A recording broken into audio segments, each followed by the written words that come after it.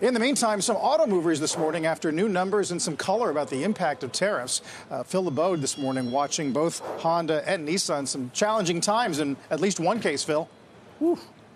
Oh, for both of them, Carl, they really are facing some tough situations globally. Let's start first off with Honda. Shares down more than 5%. Both of these companies, by the way, reporting quarterly results early this morning out of Japan. And when you take a look at Honda, operating profit last quarter fell 76%. Quarterly revenue was up 6.2% compared to the previous year, but the profit is being pressured in China. That has just become such a brutally competitive market. Doesn't help also that you have tariffs for Mexico and Canadian production for vehicles coming into the United States. They have lowered their full-year guidance. Then when you look at Nissan, its operating profit, and this is not a typo, this is what they are reporting, a drop of 94%.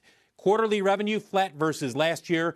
Not a surprise that Nissan has announced a series of cuts that are going to be taking place over the next year. They hope to get back to profitability by the end of 26, going into fiscal year 27. 20,000 jobs will be cut worldwide. 7 final assembly plants going from 17 down to 10, and they're targeting savings of $3.3 billion. Bottom line is this, guys. They export a sizable percentage of their vehicles out of Japan to here in the United States. We know what's going on. They may not be able to export as many, and they may have to shift their footprint. Look, earlier today, Honda said that they are going to be postponing an $11 billion EV plant scheduled for Canada.